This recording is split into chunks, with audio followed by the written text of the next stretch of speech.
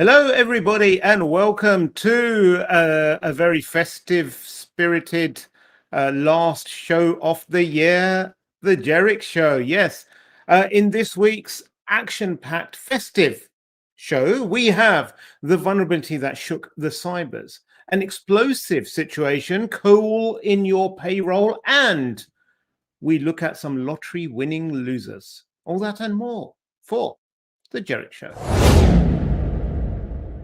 Welcome to The Jerich Show, featuring your hosts, Javvad Malik and Erich Krohn.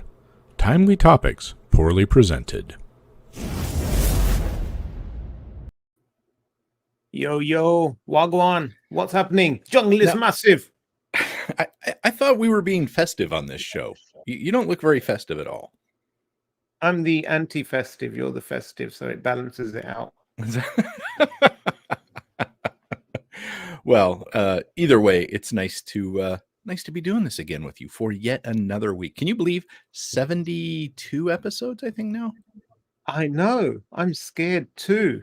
That's at least 72 hours I've spent on calls with you just for this. Like if you add in the sort of like show ramble we go through and then the post show, but it's been a good year, I must say. I think I've thoroughly enjoyed these in the absence of live meetups with anyone.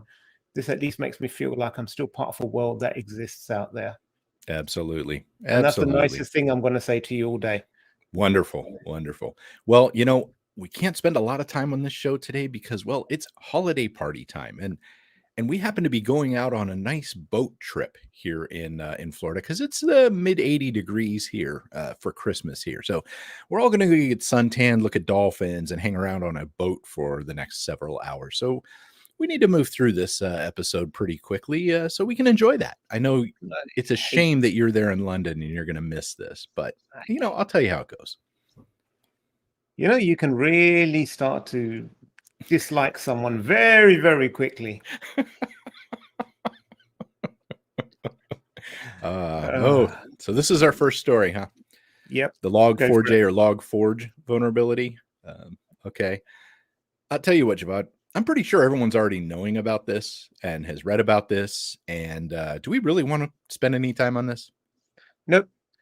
So, superior propane. So propane is if you've ever played any video games, those are the little canisters that you have to shoot and they explode and blow up all the bad guys. That's all they're there for. Yeah. That's the only purpose they serve. I have no idea what else they do, but okay, so propane in a lot of especially rural areas is used to basically supplement natural gas, or a lot of people cook on it. It's not just for camping, but for example, I lived in a nice rural area for a little bit, and we had this giant propane tank outside that they would come and fill up, and that ran our heater, it ran our water heater, and all the cooking appliances. So there's actually a lot of propane out there for these rural areas.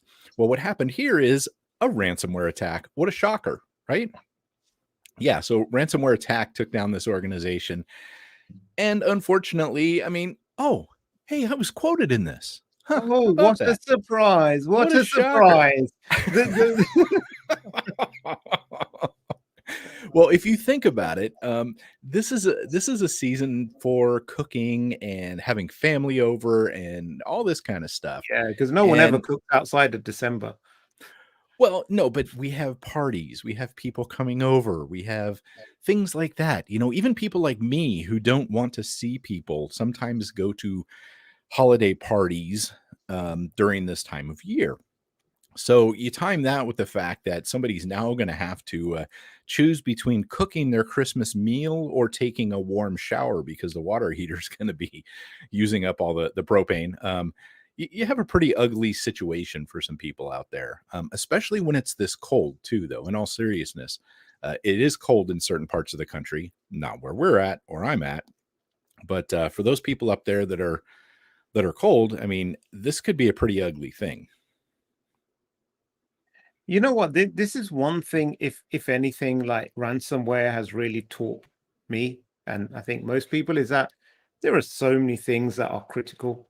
I mean, we talk about critical national infrastructure, but anything that gets hit, all of a sudden everyone's like, "Oh, we really need that. That's really, really important."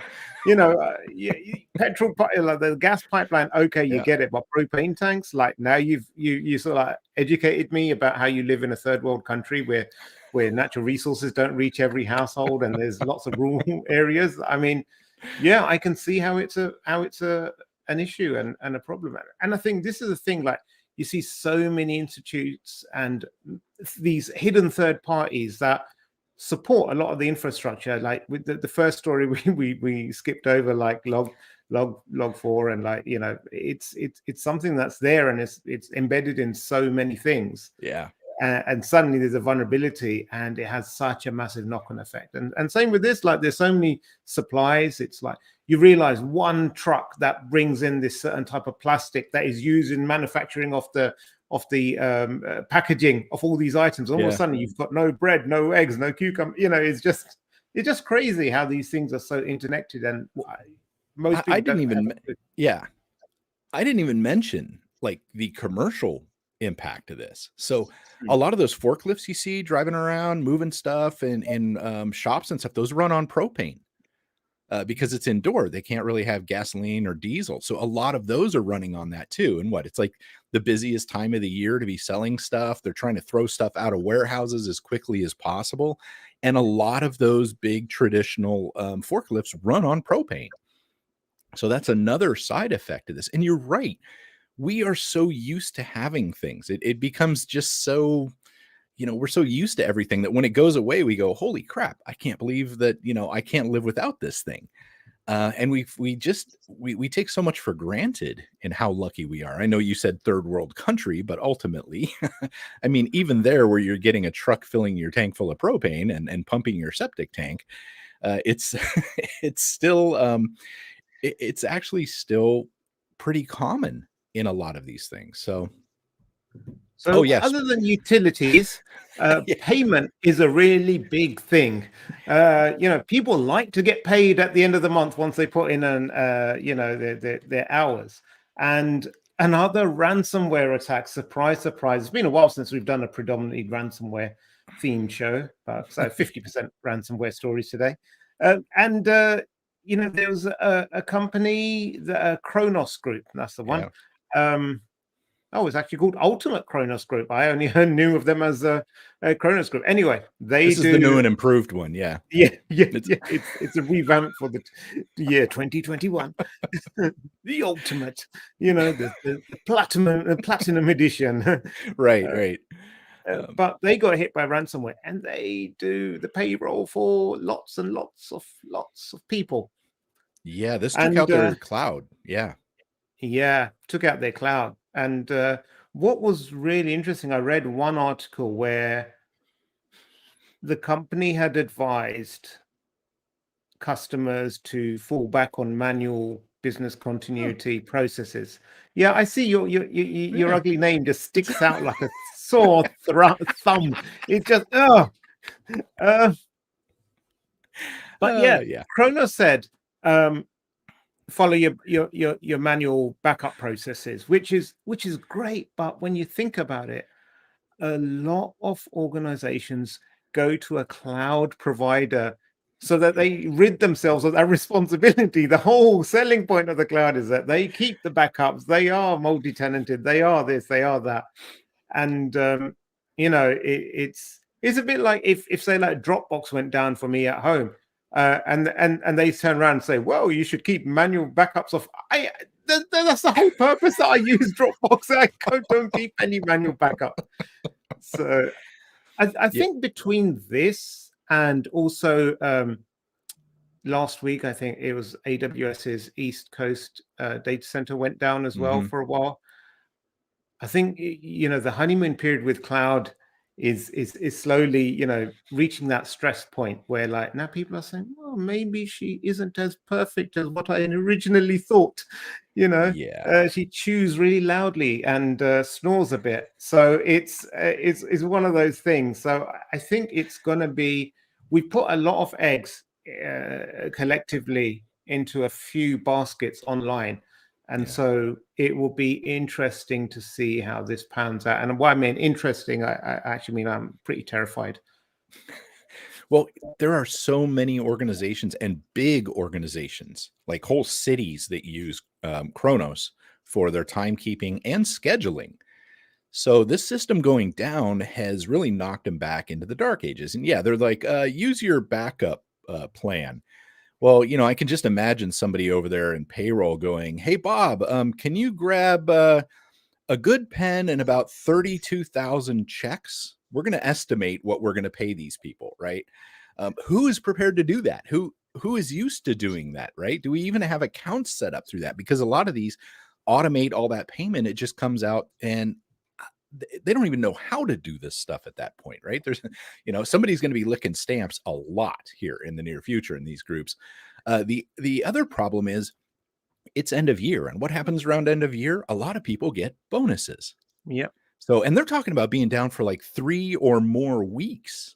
Okay, so you're supposed to get a bonus, and all of a sudden, well, we don't really know how much to give you. And by the way, your paycheck may be estimated because we're having a guess on that. And another thing with this is it's not only payroll, but a lot of people use this software for scheduling purposes. So they have their schedules made out through it. Now people don't know when they're supposed to work. They don't know who's coming in, who's covering these shifts, who's got days off. What the hell is going on around here? It's madness. Dogs and cats living together. I mean, it has so many repercussions on so many organizations. This one outage, and it's brutal. And it's kind of funny that they're like, okay, so you guys fall back on your continuity of operations and disaster recovery plan. In the meantime, we'll be down for about 3 weeks. Yeah. Right. Yeah. Why aren't you falling back to your COOP and DR plans Exactly. and making this crap work for me? Right. And of course, that their liability limit is going to be the cost of whatever the contract is for the services. Right. So it's not like anyone's going to be able to recoup if they have to pay other people to do this quickly. No. It's an ugly mess. It is. And that doesn't take into account all these temp workers and contractors who may be only working over the festive period, who rely on this sort of thing, and they may be using it to buy presents for each other. So if your present doesn't arrive in time, Eric, you know why. Right. And Kronos ate my paycheck. Can you imagine how much do you think you should have earned during this time frame?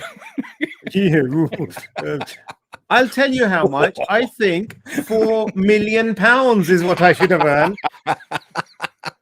Now, when I first saw this story, I thought, oh man, scratch card fraud. This is like, the stuff that I've seen with McDonald's over here when they have the Monopoly games where there's like fake cards printed up and stuff like this. But that's not what happened here, is it, Javvad? No, it's not what happened here at all. So the card was legit, and they legitimately were the winning of, they won it should have paid them £4 million.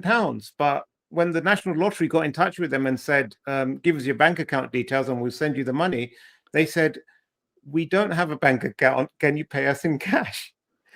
To which they said, but you bought the card on a debit card. Oh, that was our friend John. He bought the card for us. What's John's surname? I've forgotten. I just always call him Jono. So they done a bit of investigation, and they found that these people had stolen someone's debit card, all the details. They'd gone into a shop. They bought about a couple of £100 worth of shopping across 2 shops, and then they also bought 5 scratch cards. And one of them had a £10 prize on it, which they claimed in the store, which was fine. And the other one, they won the 4 million on. So they went from winning to being banged up in jail. So, the only right outcome for all of this, honestly, is that they give it to the person whose debit card was stolen. Right. Yeah. It was his money that bought this stuff. So he should really get the prize. That's my theory on this. What do you think? That's right. Yeah, I think that would be a really, really nice gesture for someone who was the victim of fraud. Right, So, right. Merry Christmas. It's a happy ending. exactly. So, Oh, goodness. The speaking of world we happy live in. endings, that's all we got time for this week, this year. Thank you for being with us on the Jerich Show and following us along, and for all your lovely comments and emails and messages and fan mail that you send to us. It's just been overwhelming, completely overwhelming. I had to hire out a storage unit just to store it all. But anyway, we hope that next year we will be back, maybe the second week of January, and then we can hopefully also get to some live events and see you all in person. Until then, stay secure, my friends.